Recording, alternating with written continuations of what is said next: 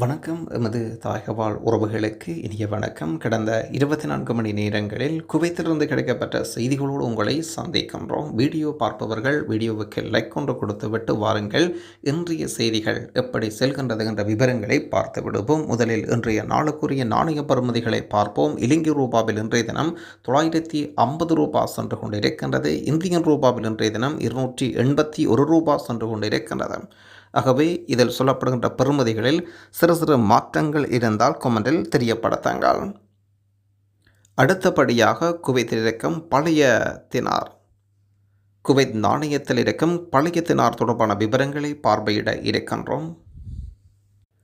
குவைத்தின் பழைய நாணயத்தால் குறிப்பாக பழைய தினார் நோட்டுகள் மாற்றுவதற்கான காலக்கெடு ஏப்ரல் 18ஆம் தேதியுடன் முடிவடைகின்றது. குவைத்தின் நாணயத்தின் 5வது பதிப்பை மாற்றுவதற்கான காலக்கெடு ஏப்ரல் 18ஆம் தேதி முடிவடைவதாக குவைத் மத்திய வங்கி விசேட அறிவித்தல் ஒன்றை தந்திருக்கின்றார்கள்.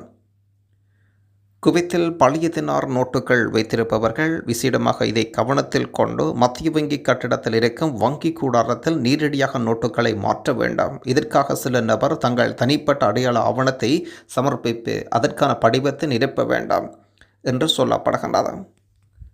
குவைத்தினுடைய வானிலை பற்றிய விசேட அறிவித்தலையும் பார்த்து விடுவோம். குவைத்தில் வரும் நாட்களில் படிப்படியாக வெப்பநிலை உயரும் என்றும் அதிகபட்சம் 29 டிகிரி செல்சியஸ் எட்டும் என்றும் திங்கள் இரவு தொடக்கம் செவ்வாய் மதியம் வரை சில பகுதிகளில் லேசான மழை எதிர்பார்க்கப்படுகின்றது. இது வானிலை பற்றிய சிறப்பு அறிவித்தல் ஒன்றாம்.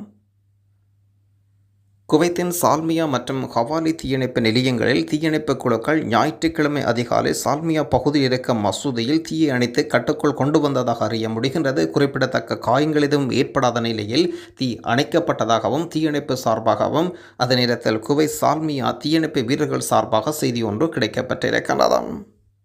நேற்றைய தினம் ஒரு செய்தியில் சொல்லியிருந்தோம், குவைத்தில் பணியாற்றும் தொழிலாளர்களில் அதிகமாக இந்தியர்களே அதிகம் இருக்கின்றார்கள். இந்தியர்கள் முதலிடத்தில் இருக்கின்றார்கள். 5,60,787 இந்தியர்கள் குவைத் மண்ணில் பணியாற்றி கொண்டிருக்கின்றார்கள். இதில் 10வது இடத்தில் இலங்கையைச் சேர்ந்த உறவுகள் இருக்கின்றார்கள். இலங்கை உறவுகள் 29,602 பேர் குவைத்தில் பணியாற்றி கொண்டிருக்கின்றார்கள். இது இலங்கையைச் சேர்ந்த உறவுகளின் கணக்கெடுப்பு. இது தொடர்பான செய்திகள் விரிவாக நேற்று பார்த்திருந்தோம். தமிழக வெற்றிக் கழகம் குவைத் சார்பாக குவைத்தில் உயிரிழந்த ரிக்கே பகுதி விஜய் ஹோட்டல் லாண்ட்ரி உரிமையாளர் ஹாஜா மைதீன் மாரடைப்பால் உயிரிழந்திருக்கின்றார். அவருக்கு ஆழ்ந்த இரங்கல் வெளியிட்டுள்ளனர் தமிழக வெற்றிக் கழகம் குவைத் மண்டலத்தினர். குவைத்தில் உயிரிழந்த இலங்கை அட்டாலியைச் சேர்ந்த ரஃபியுத்தீன் அவர்களின் ஜனாசா சற்று முன்னர் குவைத்தின் தாஹீர் மையவாடியில் நல்லடக்கம் செய்யப்பட்டிருக்கின்றது. குவைத்தில் உயிரிழந்த அட்டாலியைச் சேர்ந்த ரஃபியுத்தீன் என்பவரின் ஜனாசா நேற்று 9ஆம் தேதி இலங்கை நேரப்படி 12 மணிக்கு குவைத்தின் தஹார் மையவாடியில் நல்லடக்கம் செய்யப்பட்டிருக்கிறது. குவைத்தில் அதிமுக ஏற்பாடு செய்த சமூக நல்லிணக்க இப்தார் நிகழ்ச்சியில் கழக குவைத் பிரிவு நிர்வாகிகள் அதிமுக, தேமுதிக மற்றும் குவைத் பிரிவினர் பங்கேற்றிருந்தனர். அனைத்து இந்திய அண்ணா திராவிட முன்னேற்ற கழகம் சமூக நல்லிணக்க மாபெரும் இத்தார் விழா இடம்பெற்றிருந்தது. தாஸ்மா டிஜே சொசைட்டி அரங்கில் இடம்பெற்றிருந்த விடயமும் குறிப்பிடத்தக்கது. குவைத்தின் தென்மேற்கு ஆசியாவில் ஒரு அரபு நாட்டில் தமிழ்நாடு பொறியாளர் குழுமம்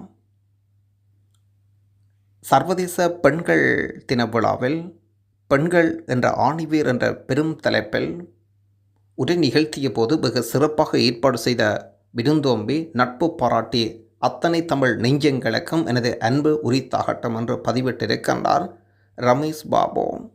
பெருந்திரளான மக்கள் இதில் பங்கேற்றிருந்த விடயம் குறிப்பிடத்தக்கது. இந்த நிகழ்வுகள் அனைத்தும் குறிப்பாக சஃபீர் ஹோட்டல் அரங்கில் இடம்பெற்றிருந்த விடயம் குறிப்பிடத்தக்கது. நன்றி உறவுகளே. மீண்டும் இன்னும் குவைத் பற்றிய செய்திகளோடு உங்களை சந்திப்போம். குவைத் பற்றிய செய்திகள் எமது யூடியூப் தளத்தில் பதிவிட வேண்டுமாக இருந்தால் எமது வாட்ஸ்அப் இலக்கங்களூடாக அனுப்பி வைக்குமாறு தாழ்மையுடன் வேண்டி நிற்கின்றோம். நன்றி, வணக்கம்.